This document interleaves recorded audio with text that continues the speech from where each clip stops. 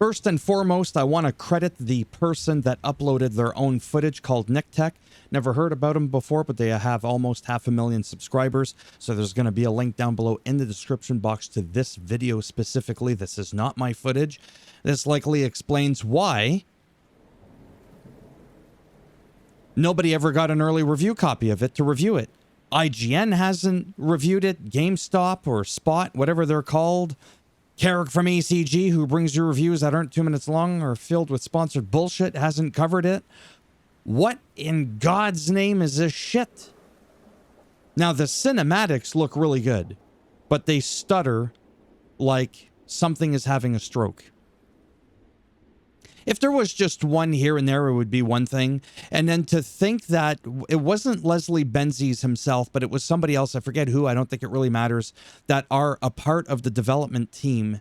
And they cited that they believe, without actually calling them out, that Rockstar was probably the ones that were paying bots, or, well, you can't pay the bots, paying people or whatever to post negative footage or negative comments about the game. And then he said, again, I want to let the footage speak for itself. Well, bitch, it's speaking for itself. People have been saying it's shit because it is running like shit. It doesn't matter if you're on PC, if you're on Xbox, PS5, PS5. What the hell is that? Just cars randomly like hot piling on top of each other like a bunch of pancakes. This ain't Uncle Buck. You know, with John Candy, it's probably well before your time. This is absolutely insane. And these are all multiple different instances of issues. There's also like no police system. You can't just steal cars, but you can't fault the game on that aspect. Those are just elements of the game that we wish we could, you just teleported out of the car. Those are just elements of the game that we would have liked to have seen that aren't a part of the game. And you know what? Whatever. If I were to say something positive, is the basic default blueprint is here for something pretty spectacular to happen. 15-hour campaign, episode 1 of 8. Everything's going to be tied in together. You can be playing multiple characters. Eventually, the build aspect is going to come to console.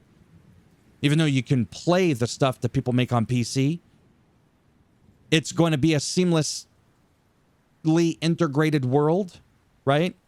So I think in the end, this is literally MindsEye 2077, like Cyberpunk.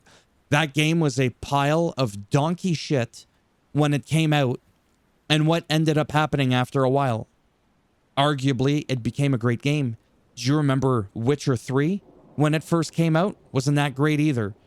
At all, if you remember day one. And now that game is revered as one of the greatest. I think in the end, this is what's going to happen with this, but they should have been transparent that it was buggy. This game should have released an early access. It should have been like pretty damn cheap is what they should have done. Give it more time to bake in the oven. This shit is raw. It's not even medium rare. Okay?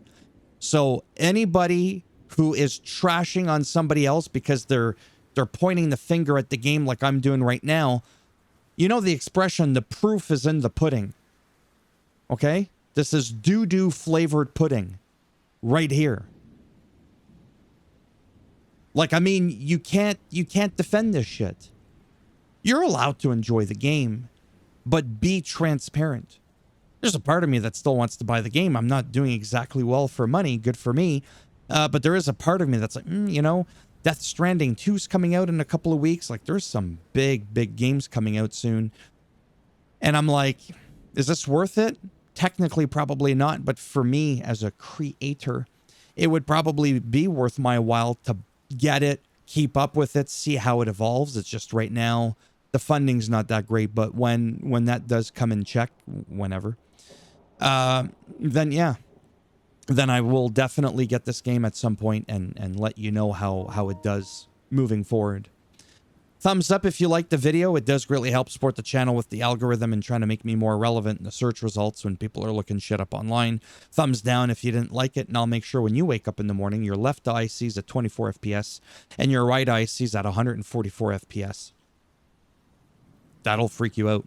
And if you want to subscribe, naturally, that would be great. But if not, thanks for stopping by anyways. Take care and let me know down below because of 2 reasons. The ulterior motive that it helps with the algorithm.